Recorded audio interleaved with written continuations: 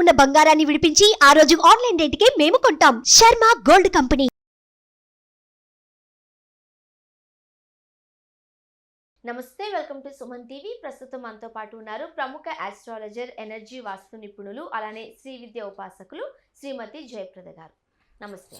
నమస్తే అమ్మ, శ్రీమాత్రే నమః. అత్యాధునికమైన టెక్నాలజీతో ఫెర్టిలిటీ ట్రీట్మెంట్ అందిస్తోంది మెడిసి ఐవీఎఫ్.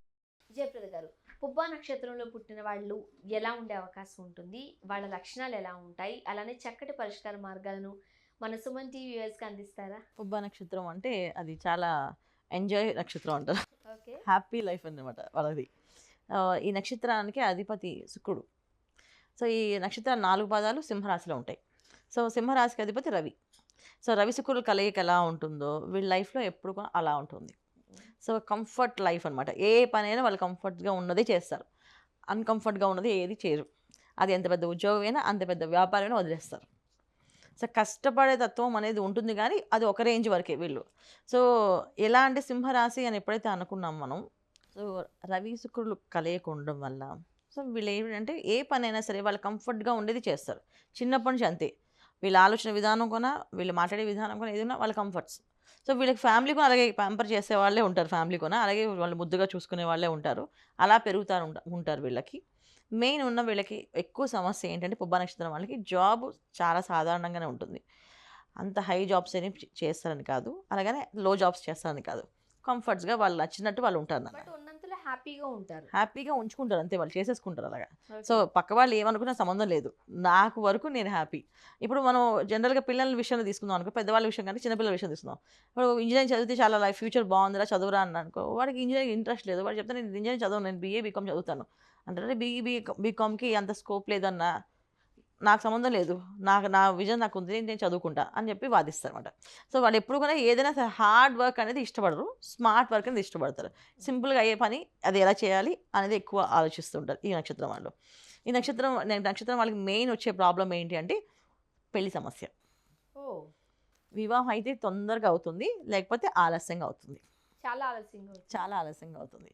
చాలామంది ఏంటంటే తొందరగా చేసేసుకుంటే చాలా ఉత్తమం అనమాట. రాశి నక్షత్రం లక్షణాల గురించి చెప్పుకుంటున్నాం, కానీ లగ్నం వేరే ఉంటుంది కదా. సో లగ్నానికి బాగుండి వీళ్ళ జాతకం బ్రహ్మాండంగా ఉండి వివాహం అయిపోతుంది కొంతమందికి.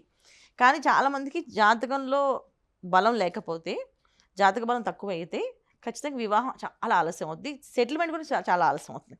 వీళ్ళ కెరీర్లో సెటిల్ అవ్వడం కూడా చాలా ఆలస్యం అవుతుంది. ఎర్లీగా సంపాదించేసి కొంత అమౌంట్ వీళ్ళు ఫిక్స్డ్ డిపాజిట్ వేసేసుకుని ఆ డబ్బుని మెయింటైన్ చేసుకుంటూ బతికే వాళ్ళు కూడా ఉన్నారు ఈ నక్షత్రం వాళ్ళు. ఒక ఏజ్లో సంపాదించేశారు, ఒక ఇల్లు కట్టేశారు, దానికి రెంట్స్కి ఇచ్చేశారు, ఆ రెంట్స్ వస్తూ ఉంటాయి. సో దాంతో మెయింటైన్ చేస్తూ ఉండే వాళ్ళు ఉన్నారు. కొంతమంది చిట్స్ బిజినెస్ అని చెప్పి ఈ బిజినెస్ వచ్చేస్తూ అని చెప్పి వీళ్ళన్నీ కంఫర్ట్స్ ఎత్తుకుంటూ ఉంటారు. ఏదైనా ఎక్కువ కష్టపడకుండా సింపుల్గా వాళ్ళ మనీ డిస్టర్బెన్స్ అంటే వాళ్ళు రొటీన్గా వచ్చే ఇన్కమ్ వచ్చేటట్టుగా వీళ్ళు ఆదాయం సోర్స్ చేసుకొని అలా ఉంటారు అన్నమాట వీళ్ళు. సో డెఫినెట్గా వీళ్ళు అన్ని కంఫర్ట్స్గా ఉండే జాబ్స్ బిజినెస్లు చూసుకుంటుంటారు. ఒక ఫ్యాన్సీ షాప్ పెట్టారనుకున్న, ఆ ఫ్యాన్సీ షాప్ సంబంధించి ఆ షాప్ వెళ్ళడం, తీయడం, మళ్ళీ షాప్ క్లోజ్ చేయడం, ఇంటికి వచ్చాడు. అంతేగాని దీన్ని పెద్ద చేయడం కానీ దీన్ని ఫ్రాంచైజింగ్ చేద్దాం అని ఆలోచన ఉండదు. సో ఉన్నంతలో హ్యాపీగా ఉండాలనుకుంటారు. సో వివాహాల విషయంలో కాస్త ఆలస్యం కనిపిస్తోంది, అండ్ కెరీర్ సెటిల్మెంట్ లో కూడా కాస్త ఆలస్యం కనిపిస్తుంది. భార్యాభర్త మధ్య సమస్యలు కూడా కనిపిస్తూ ఉంటాయి పెళ్ళైన తర్వాత. ఎందుకంటే ఎప్పుడైతే కంఫర్ట్స్ అనుకుంటామో అవతల అలా కాదు కదా. కాలంతో పాటు మనం పరిగెట్టాలని, ఇది సంపాదించాలని అక్కడ ఏదో ఒక డిస్కషన్ వచ్చి ఇబ్బంది పడతారు. చాలా తక్కువ మంది హ్యాపీగా ఉన్నామని చెప్పాను అంటే సెటిల్ అయ్యి ఆన్ టైంకి మ్యారేజ్ అయ్యి, ఆన్ టైం కెరీర్ సెటిల్ అయ్యి ఆన్ టైంలో మేము ఉన్నాం అనే వాళ్ళు చాలా తక్కువ మంది ఉంటారు. మిగతా అందరూ కూడా కొంచెం స్ట్రగుల్స్ ఫేస్ చేస్తూ వెళ్తూ ఉంటారు ముందుకి. ఓకే, మరి ముఖ్యంగా ఇటువంటి నక్షత్రం గలవారు ఎటువంటి పరిష్కార మార్గాలు పాటించారు? దైవారాధనే. మన దేవుణ్ణి మించిన శక్తి ఏదీ లేదు. భగవంతుడు నమ్మడం తప్ప వేరే దారి లేదు మనకి. సో ఎప్పుడైనా సరే భగవంతుడి మీద నమ్మకం పెట్టి చేయాలి విశ్వాసం. ఎంత నమ్మకం అంటే ఇప్పుడు చెప్పాను, వీళ్ళు కంఫర్ట్స్ కనుక మార్నింగే ఇప్పుడు చాలామంది 6కి లేవాలనుకోండి, 6కి లేస్తా అంటారు. 5కి లేమంటే ఎందుకు లేవాలి? 6కే లేస్తాం, ఏం ప్రాబ్లం? 5ంటికి లేకపోతే దేవుడు మన అంటాడా? 6 o'clock లేస్తాం అని చెప్తాను. సో అలా కాకుండా కొంచెం ఎర్లీగా లేవడం, సూర్యోదయానికి పూర్వమే లేవడము, సో సూర్య నమస్కారాలు చేయడము, దైవారాధన చేయడం వల్ల బాగుంటుంది జనరల్గా. అంటే బట్ మనం చెప్పినా అంత తీసుకునే లక్షణాలు ఉంటాయని నేను అనుకోను, బట్ నేను చెప్తాను. మీరు అడిగారు కనుక మీరు చెప్పాలి కనుక మనం ప్రతి షోలో మనం ఒక నక్షత్రానికి లక్కీ నెంబర్స్, లక్కీ కలర్స్ చెప్తున్నాం కానీ యాక్చువల్లీ ఈ నక్షత్రం వాళ్ళు అంతగా ఏం వినడానికి ఇష్టపడరు. ఎందుకంటే ఇప్పుడు దీన్ని మనం అనాలిసిస్ చేసి దీన్ని మనం ఎందుకు కష్టపడాలి అనుకుంటారు. ఎవరో వినేవాళ్ళు ఎంత తక్కువ మంది వింటారు. వినేవాళ్ళు చాలా తక్కువ మంది. ఎందుకంటే వాళ్ళు నిజంగా కొంచెం ప్రాబ్లం ఫేస్ చేస్తున్నా లేకపోతే హ్యాపీగా ఉన్నా జస్ట్ వినాలి అని వింటారు. అది చాలా వరకు వినరు. ఇటువంటి మనస్తత్వం గలవారు ఏ దేవుణ్ణి ఆరాధిస్తే మంచిదంటారు? ఏ దేవతను పూజిస్తే మంచిదంటారు?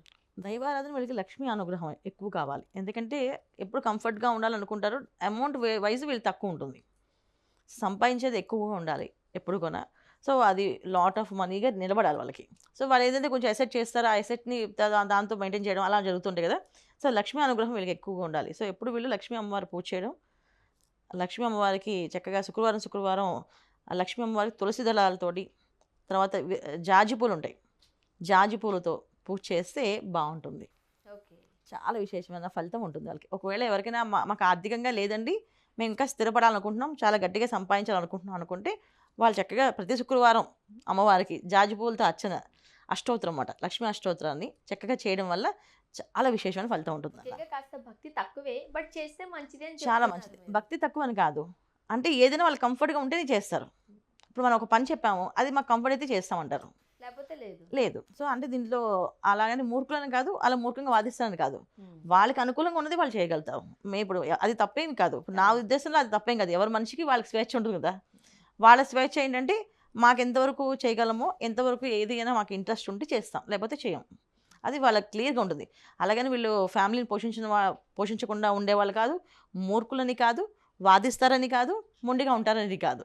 సో వాళ్ళకి కంఫర్ట్స్గా ఉండేది చేస్తారు. అది మాత్రం వీళ్ళ ఈ నక్షత్ర లక్షణాలు. సో ముఖ్యంగా ఇలాంటి వాళ్ళు అంటే వాళ్ళ మనసు మారడానికి కాస్త కూల్గా కామ్గా అంతా వెళ్ళిపోవాలి సాఫీగా అనుకుంటే ఎటువంటి క్షేత్రాన్ని దర్శించుకుంటే మంచిది? మహాలక్ష్మి అమ్మవారి temple, Vellore temple, Mahalakshmi temple అని ఉంది వేలూరులో.